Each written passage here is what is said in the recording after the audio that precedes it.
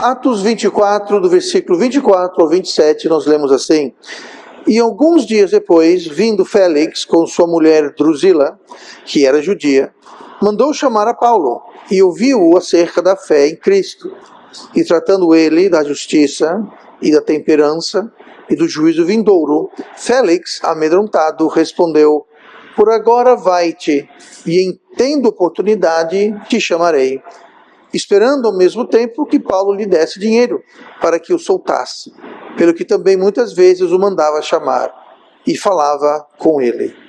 Mas passados 2 anos, Félix teve por sucessor a Pôncio Festo, e querendo Félix comprazer aos judeus, deixou a Paulo preso.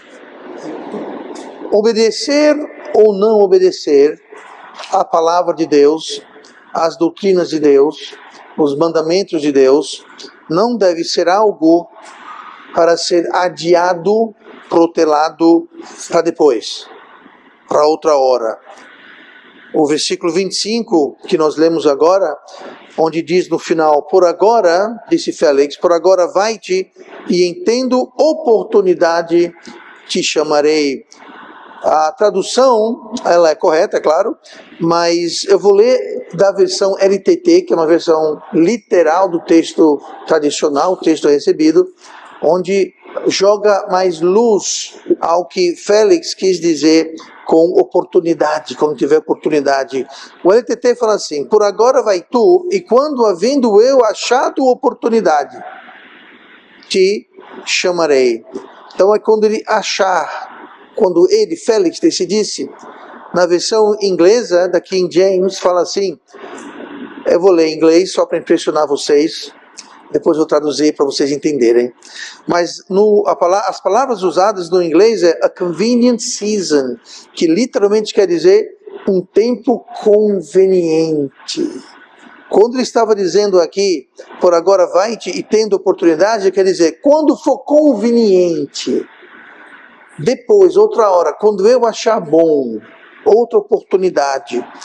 Então Félix, o governador daquela região, ele era corrupto, nós sabemos disso, não só pela história, mas a gente lê no versículo seguinte que fala que ele estava mantendo preso a Paulo, porque ele estava esperando que Paulo fosse soltar uma graninha para ver se soltava. Porque Paulo, na realidade, não tinha por que estar preso, ele não tinha cometido crime nenhum. Parece tão contemporâneo, né? Mas enfim, não tinha cometido crime nenhum, ele estava preso e ele podia ter soltado, mas ele queria ver se tinha algum proveito próprio.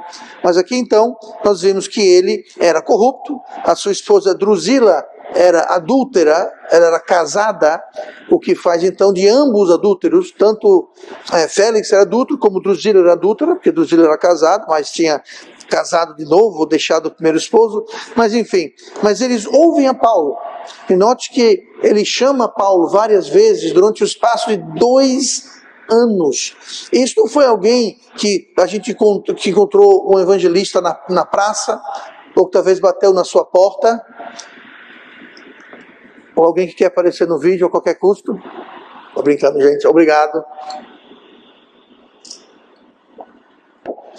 Não estamos falando de alguém que teve um encontro corriqueiro e rápido com alguém. Não, estamos falando com alguém que foi exposto, teve interesse, estava interessado, porque o chamava frequentemente no espaço de 2 anos, e Paulo basicamente pregava o evangelho para ele, entre outras coisas.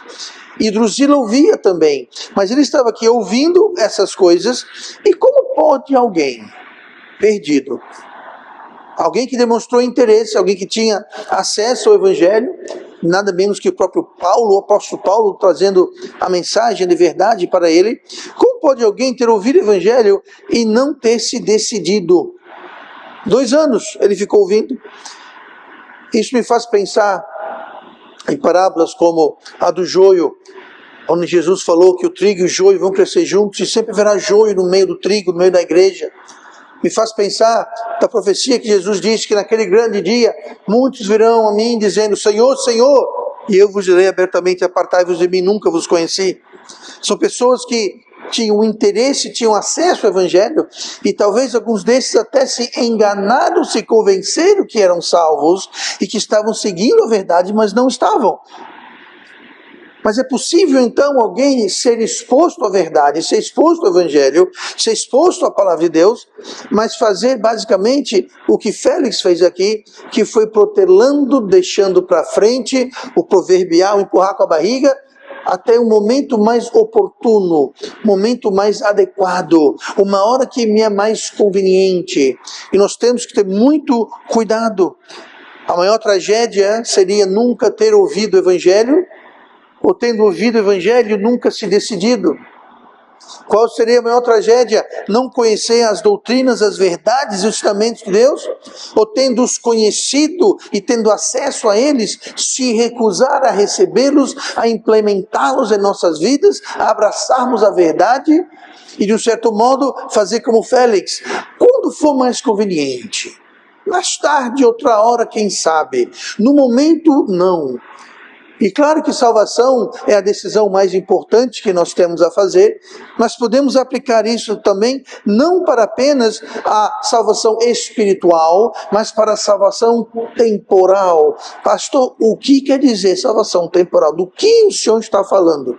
Se nós olharmos em 1 Coríntios capítulo 1 e versículo 21, nós temos Paulo falando sobre a supremacia e a nobreza, a importância da palavra de Deus, a pregação da palavra de Deus. Versículo 21 de 1 Coríntios 1. Pois, visto que na sabedoria de Deus, o mundo não conheceu a Deus pela sua sabedoria, aprove a Deus salvar os crentes pela loucura da pregação. Pastor, mas salvar os crentes? Mas o crente já não é salvo? O crente é salvo eternamente. O crente não é salvo temporalmente.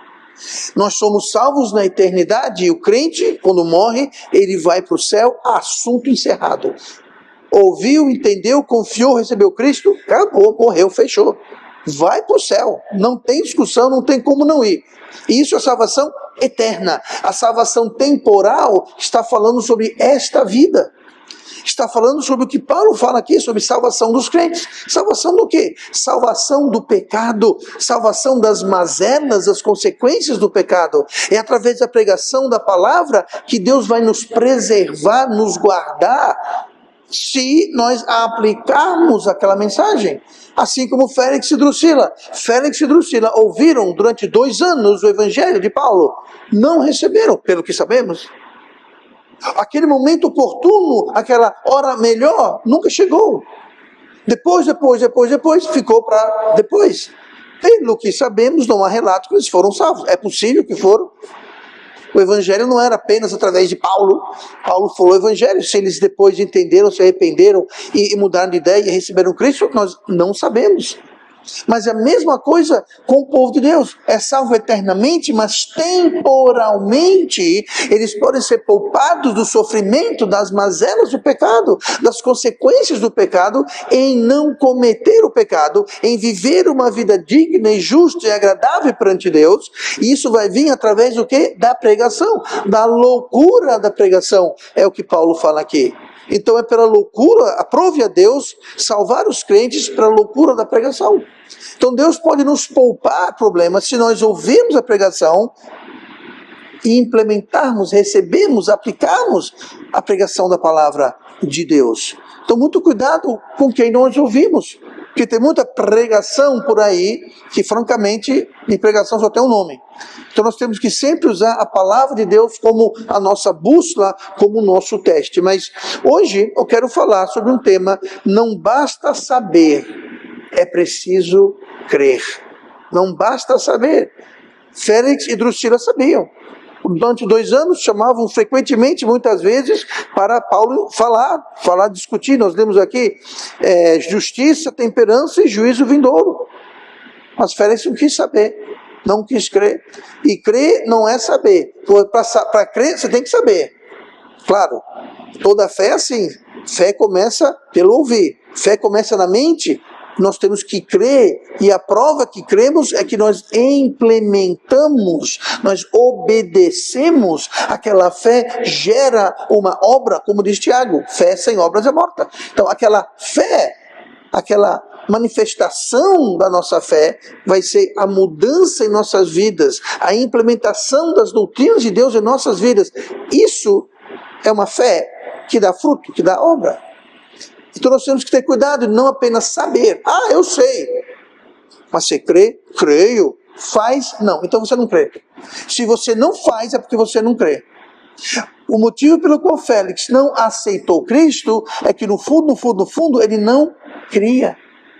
Ele não acreditava sobre a justiça, sobre a temperança, sobre o juízo vindouro. Ele sabia, porque Paulo falou, mas ele não cria. Por quê? Porque ele disse, outra hora.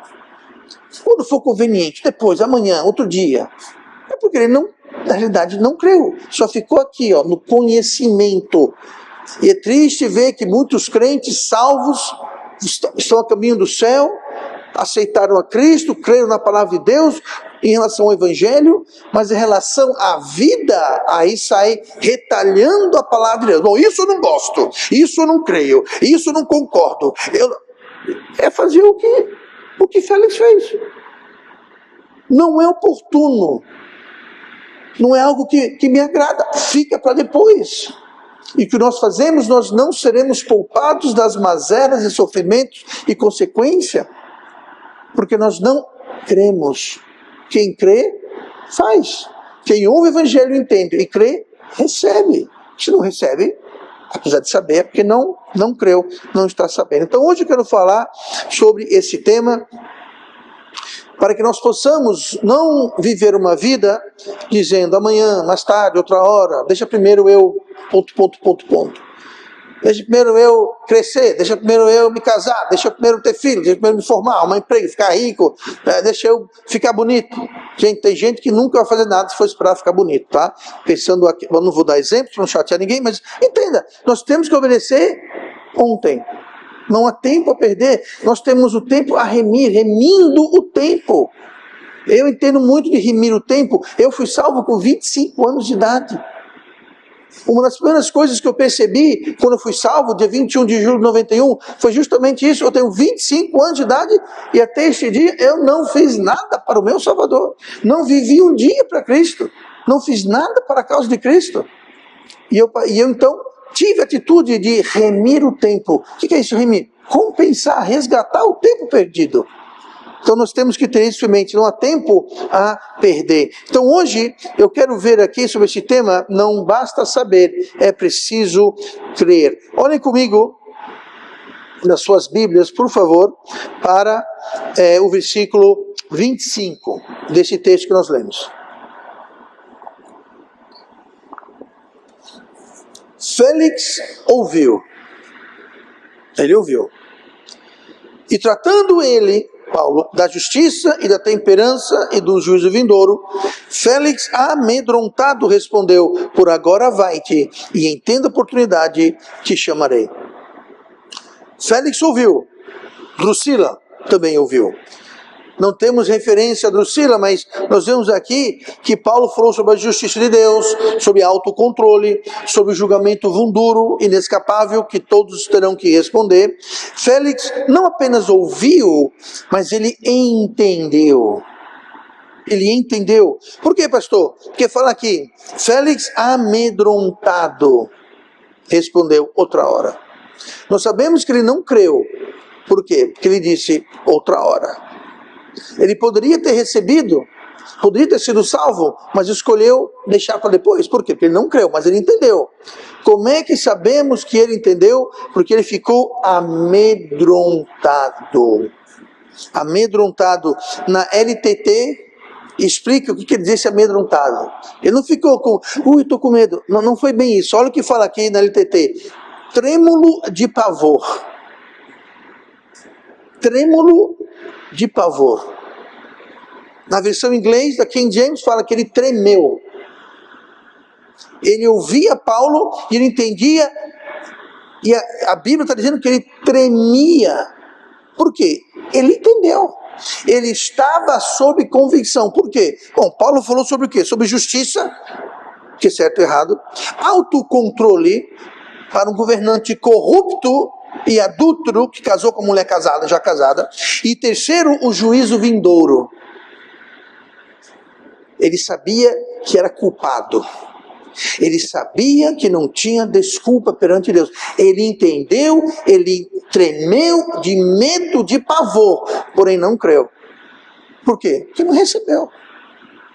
Não recebeu.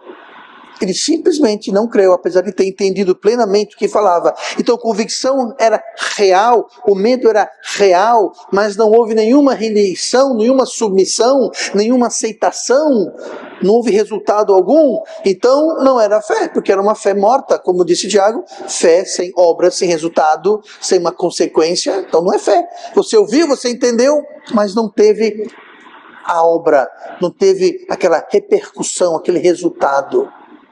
Isso é sobre salvação, mas quantas vezes o povo de Deus ouve a palavra de Deus, talvez não treme por fora, mas até treme por dentro, até tem convicção. Aí faz assim, pega convicção, joga fora. Pega convicção, empurra para depois. Pega convicção, coloca embaixo do tapete. Faz exatamente a mesma coisa. Ah, pastor, mas eu já sou salvo. E salvo ficará eternamente. Mas e quando Paulo fala que a pregação de Deus salva o crente, que já é salvo eternamente? E quanto àquela salvação? A salvação temporal, a salvação deste lado da eternidade. Como será a nossa vida? O que estaremos plantando e, consequentemente, colhendo em nossas vidas? Disso é que nós podemos ser salvos. Disso é do que podemos ser poupados. E não façamos como Félix. Félix ouviu, Félix entendeu, mas Félix deixou passar. Quantas vezes lendo a Bíblia, uma mensagem, um estudo, uma conversa, o Espírito Santo traz convicção e nós simplesmente, não. Por conveniência muitas vezes. Por conveniência. Por desagradar. Por não ser algo que nós queremos, gostamos, concordamos, achamos que é certo. Gente, nós não temos que concordar, gostar ou achar que é certo. Se Deus concorda, se Deus acha que é certo, se Deus está dizendo, acabou. Não adianta ficar inventando desculpa, ficar inventando argumentos, não faça isso, porque é isso exatamente o que Félix e Drusila fizeram. E infelizmente, provavelmente, pelo que sabemos, eles não estão no céu. Estão no inferno. Todo mundo me ouvindo agora, se você é salvo, se você recebeu Cristo, você vai para o céu. Ah, não quero mais ir, tarde demais, decisão não é mais sua. Literalmente. Eu não quero mais ir. Você é doido, louco, maluco. Mas você não tem como devolver o dom gratuito de Deus. Isso existe. Agora, pode ser que você pensa que é salvo. Eu não quero jogar dúvida na salvação de ninguém. Longe de mim.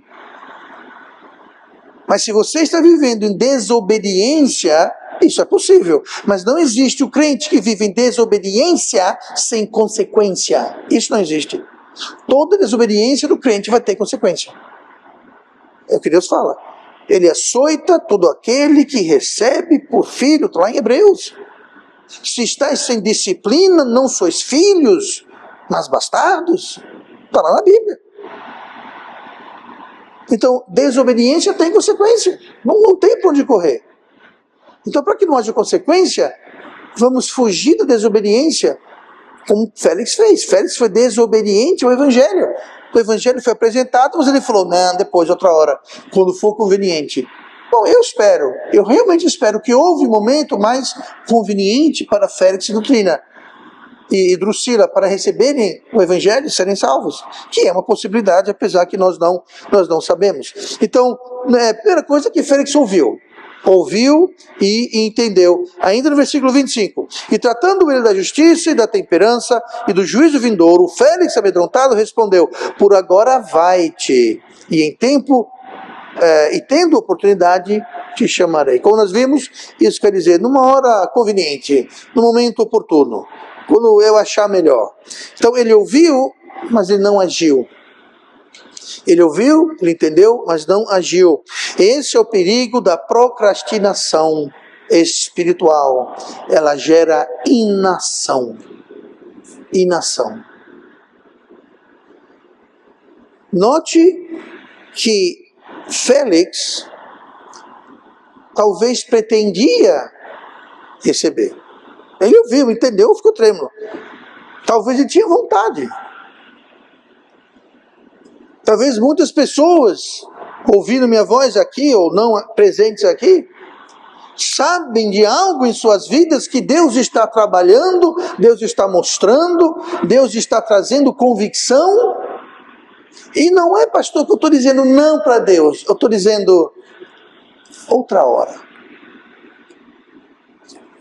Depois. Deixa primeiro eu. Mas um dia eu vou, pastor. Um dia, se Deus quiser, se Deus está trazendo convicção, é porque Deus quer. Eu acho muito bonito no português, aqui no Brasil. Nós temos a expressão, se Deus quiser. Eu acho bonito. Tem muitos lugares na Europa, nos Estados Unidos, você falar isso vai ofender o povo. Se Deus quiser. Que Deus, coisa nenhuma. Eu acho bacana. Porém, é bacana se for sincero. De bacana passa a ser fútil. Se o Deus quiser, é só uma forma da gente falar, outra hora, quem sabe um dia, quando eu tiver afim, aí fala, quando Deus quiser. Quantas vezes a gente evangelizando e visitando pessoas que talvez estão afastadas da igreja. Não, pastor, se Deus quiser eu vou. Gente, Deus quer.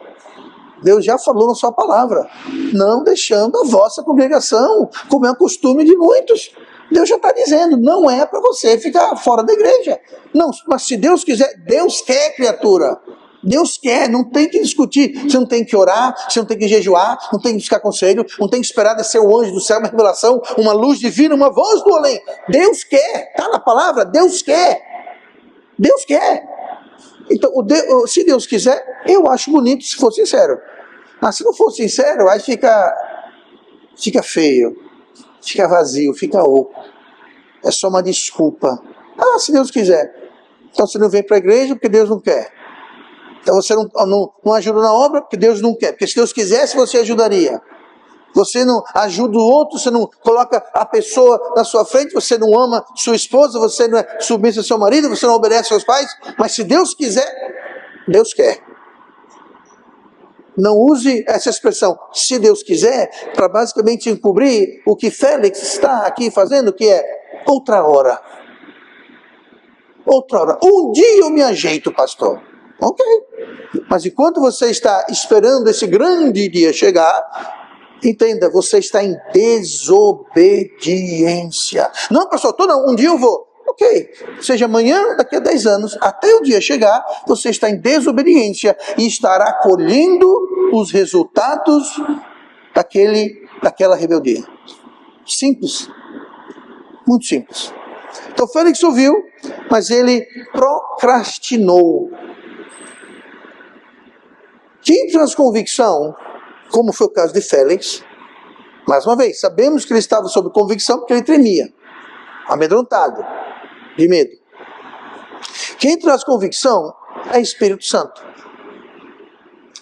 Se eu estou aqui pregando alguma coisa e o Espírito Santo traz convicção no meu coração, não sou eu que trago convicção. Consequentemente, não fica com raiva de mim. Eu só estou trazendo a palavra. Se quiser ficar com raiva, pode ficar. Eu não me incomodo. Se esse é o preço de pregar a verdade, que assim seja. Mas quem traz convicção não sou eu. Tá? Não sou eu que trago convicção. É o Espírito Santo que traz convicção.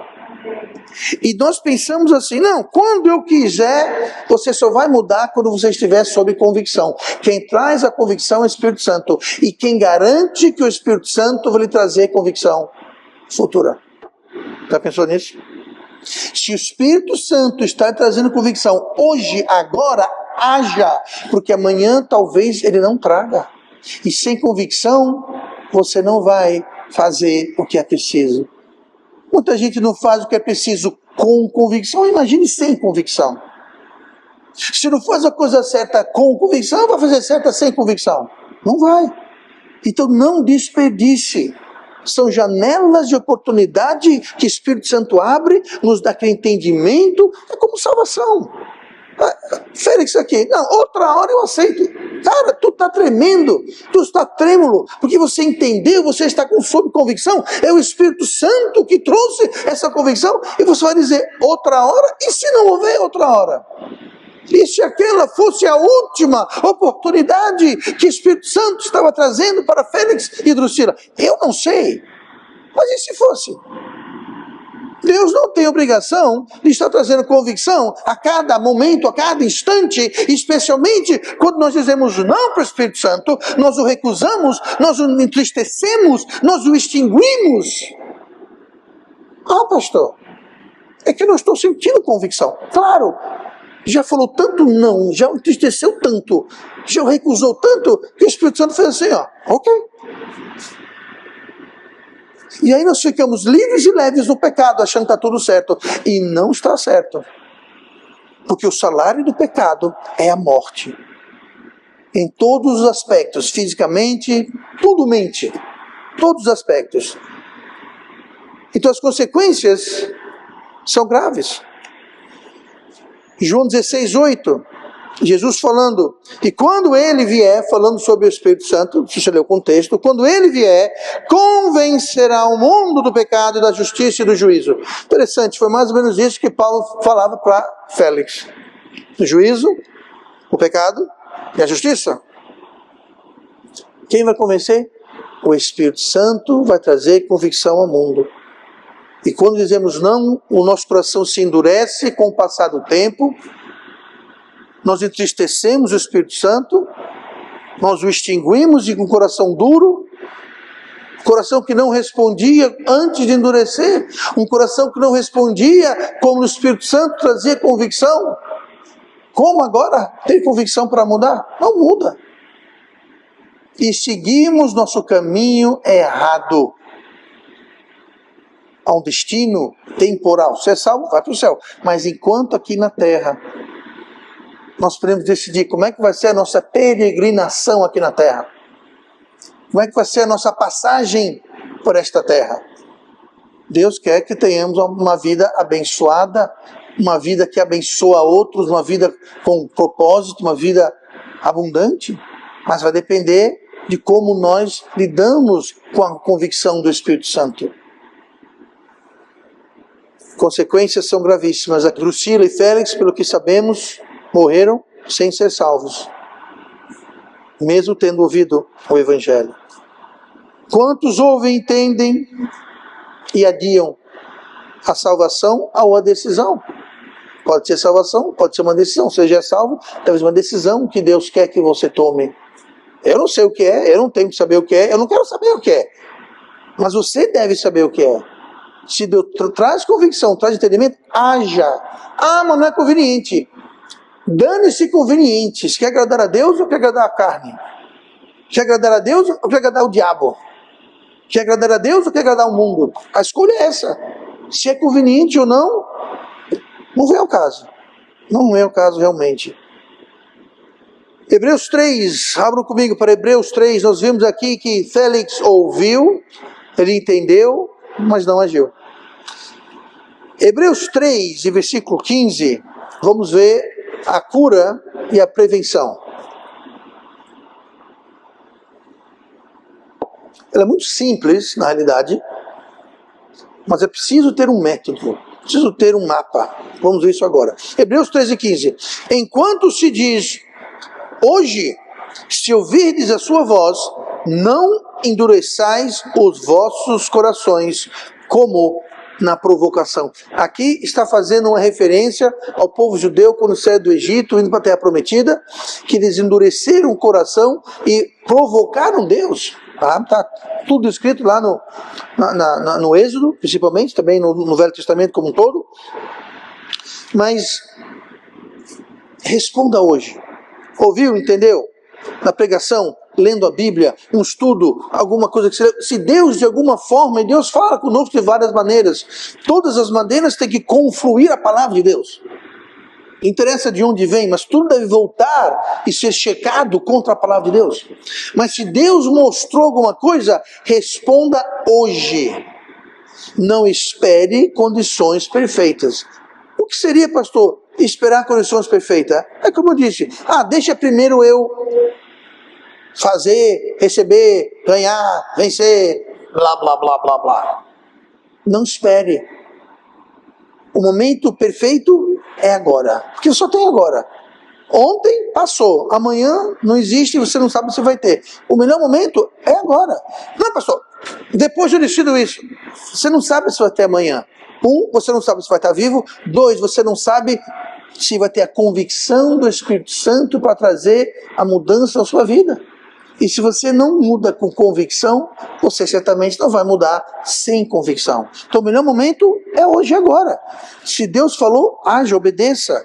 Não deixe para depois. Arrepende-se e creia agora. Venha do jeito que está.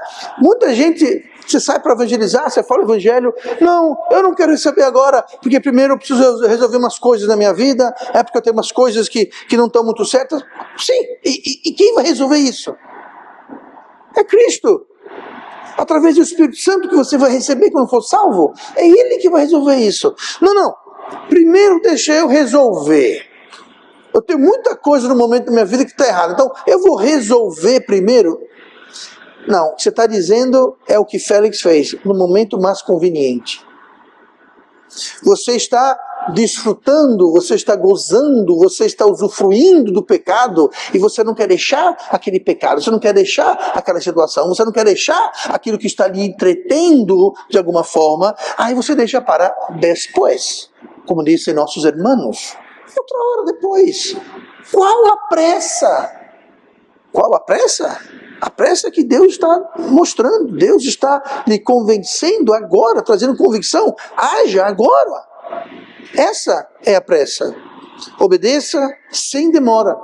Obediência imediata traz liberdade. Muita gente pensa que obediência traz prisão, que obediência tira a minha liberdade. Isso é mentira que vem direto do inferno. Obediência a Deus traz liberdade. Desobediência a Deus lhe prende no pecado, te acorrenta no pecado. Rebeldia a Deus te acorrenta, te prende. Você fica prisioneiro do pecado. Jesus falou que nós somos escravos àquilo que servimos. Se nós servimos a carne, o mundo, o diabo, nós somos escravos à carne, o mundo, o diabo. Se nós somos escravos de Cristo, Cristo é o quê? Liberdade. Ele nos liberta. Obediência imediata liberta. Obediência não escraviza. Obediência liberta. Obediência, claro, à palavra de Deus. Filipenses 2:13. Se o Espírito Santo traz convicção, e ele traz, nós podemos confiar nele. Olha o que fala aqui, Filipenses 2:13. Porque Deus é o que opera em vós, tanto o querer como o efetuar, segundo a sua boa vontade. Então veja bem, Deus tem uma vontade para a sua vida, para a minha vida. O Espírito Santo vai trazer convicção na nossa vida para ir nos guiando.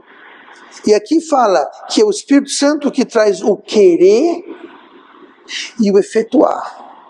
Ou seja, você vai querer fazer a vontade de Deus quando estamos em obediência. Quando estamos desobedientes, não tem nem o querer e nem o efetuar.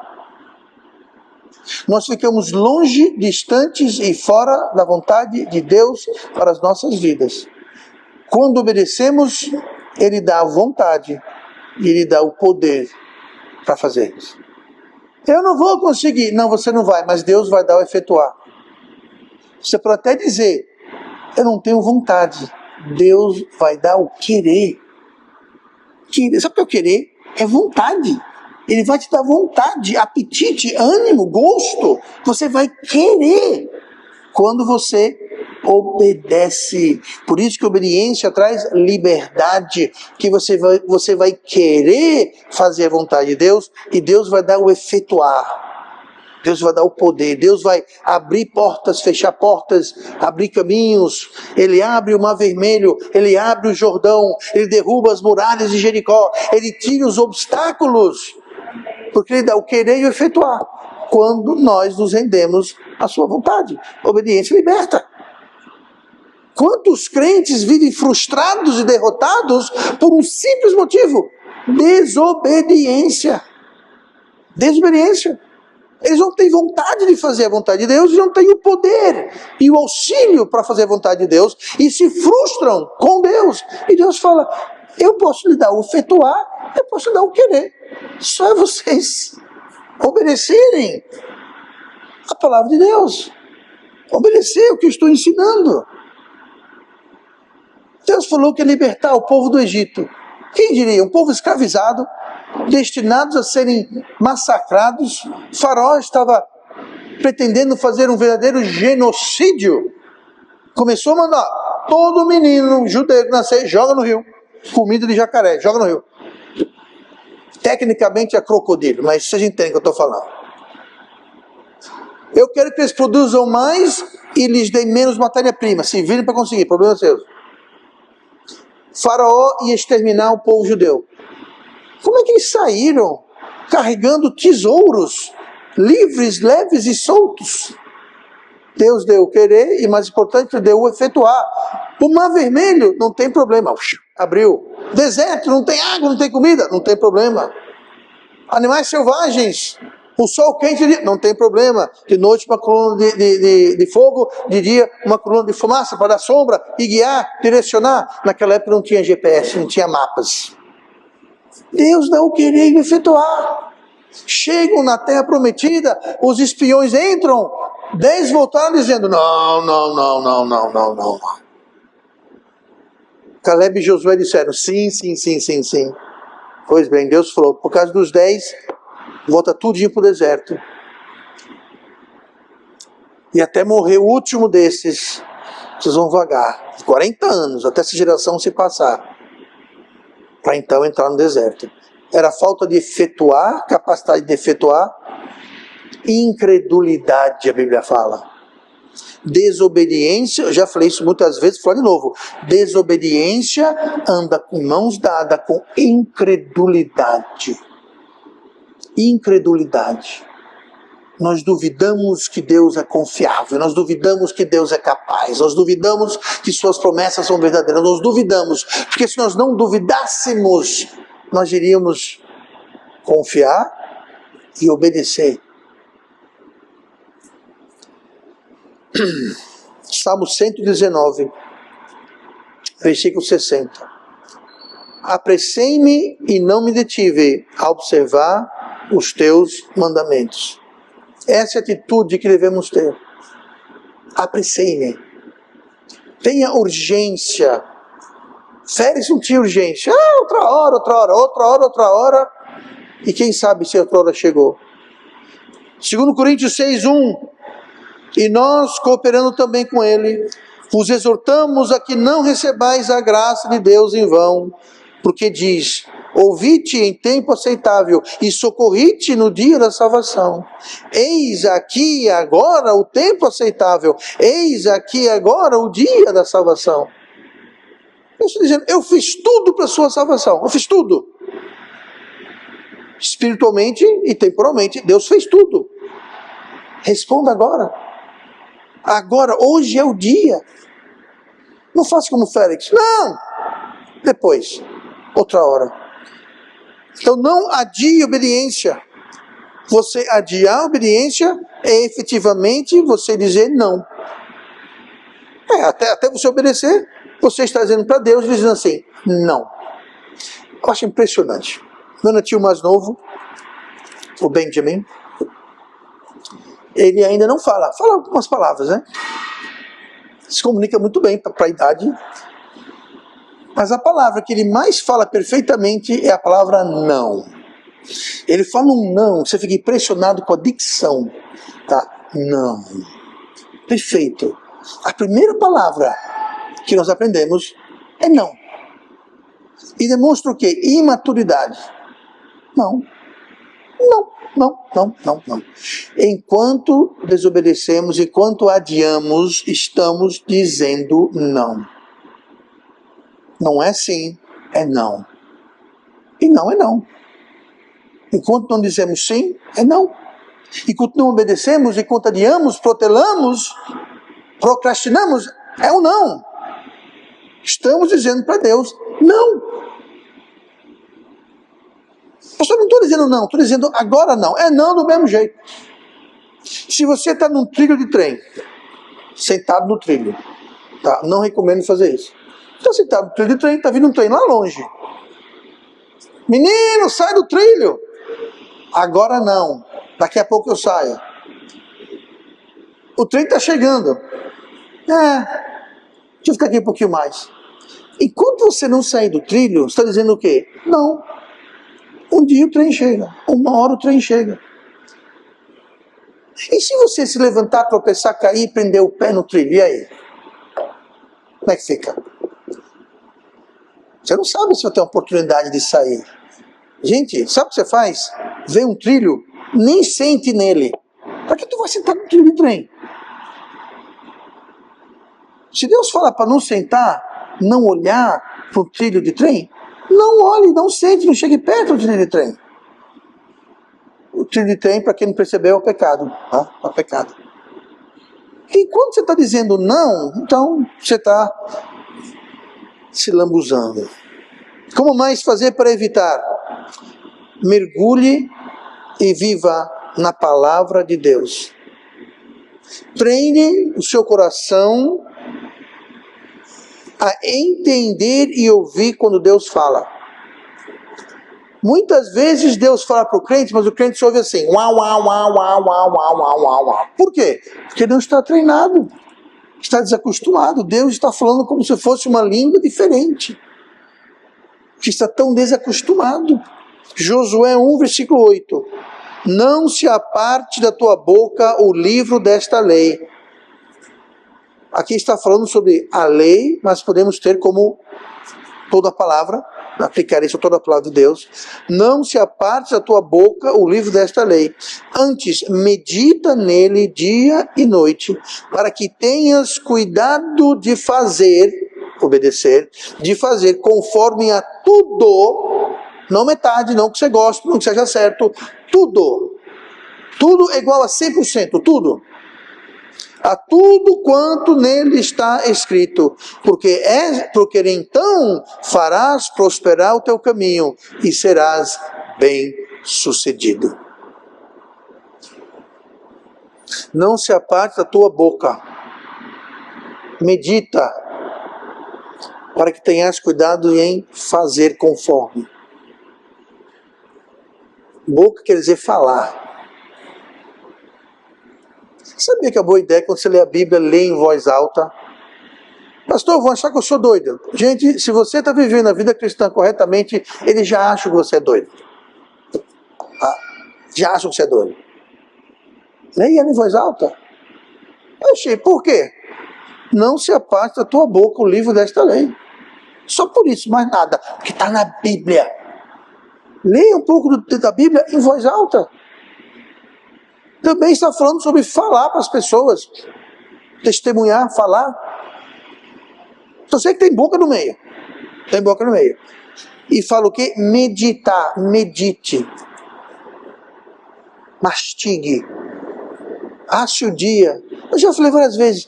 Não precisa ler 10 capítulos da Bíblia por dia. Pode ler, não tem problema. Você deve ler. Mas se não tem tempo, leia um versículo pelo menos.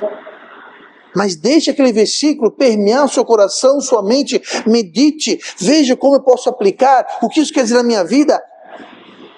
Medite. Medite. Eu estou dizendo aqui, quer ser bem sucedido? Você quer que o seu caminho prospere? E a gente fala sobre sucesso e prosperidade é dinheiro. Não. Dinheiro é a prosperidade mais sem valor que tem, na realidade.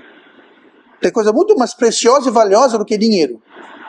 Tá? Dinheiro não é errado, não é pecado não. Tá? Mas prosperidade não é dinheiro.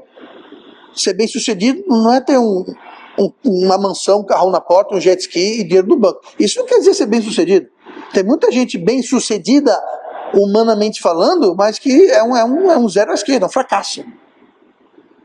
Então cuidado para não usar a régua, não usar o modelo e o molde do mundo para o que é bem sucedido, para o que é ter prosperidade. Mas mergulhe na palavra de Deus e viva nela. Medite, fale. Uma coisa interessante que eu sempre aconselho, pegue o inário e leia. Leia. O inário que nós temos aqui são hinos que têm séculos. Ah, pastor, é velho. Provado. Gerações e gerações do povo de Deus o louvaram, foram encorajados. Faça um estudo, e hoje é muito fácil com a internet aí, faça um estudo da história dos hinos. Pega um hino desse. Você vai ficar abençoado em saber em que circunstância muitos dos autores e compositores dos hinos passaram quando escreveram esses hinos. Ouça para Bach as obras que lhe fizeram. Bom, eu não vou... Estude, faça lição de casa. Mas leia em voz alta. Efésios 5 fala. Falando salmos. Salmos era o inário. Não fala cantando salmos, fala falando salmos. Não estou dizendo que o inário é inspirado, não é isso. Não é, o cantor cristão não é inspirado não, tá? Para quem está achando que tá, não é isso. Tá? Mas a Bíblia fala, cantando salmos, porque salmos são cantos espirituais que foram destilados pelo povo de Deus. Como eu disse, estude a história de alguns hinos e você vai ver que bênção eles são. Por último, como se prevenir esse perigo? Não acumule pecado não confessado e não tratado. Não acumule. Não acumule. 1 João 1,9, conhecemos bem esse versículo. Começa com grande condicional. Se confessarmos os nossos pecados. Se. Ele é fiel e justo para nos perdoar os pecados e nos purificar de toda injustiça. Pastor, quantas vezes eu devo confessar os pecados perante Deus? Gente, uma vez por dia é o mínimo. Mínimo, pastor. Faz o seguinte, pecou, confesse. O problema é que muitas vezes nós já fizemos amizade, paz com o pecado. Nós não vemos o pecado com horror. A gente vê o pecado como Félix. Um dia você tremia, hoje depois, outra hora. Ou pior, justifica o pecado. Mas sabe o que é? É porque? Não tem porquê. Voltem para o trilho. O trem está vindo. Mas sabe por quê? É que aqui está uma sombrinha, uma brisa. Está tão bom aqui. Fica aí, o trem está chegando, fica aí. A brisa e a sombra não vão te servir de nada daqui a pouco. Assim é o pecado. Então, não deixe acumular pecado não confessado, pecado não tratado. Se você e eu, se nós estamos confessando o pecado, isso vai tornar o nosso coração mais sensível ao pecado. Mais fácil de estar sob a convicção, que é justamente o que Deus diz aqui. Ele é justo para nos perdoar e nos purificar. Quando estamos purificados, qualquer pecado que volte a entrar em nossas vidas, nós vamos reagir, reconhecer. Agora, se não houver purificação,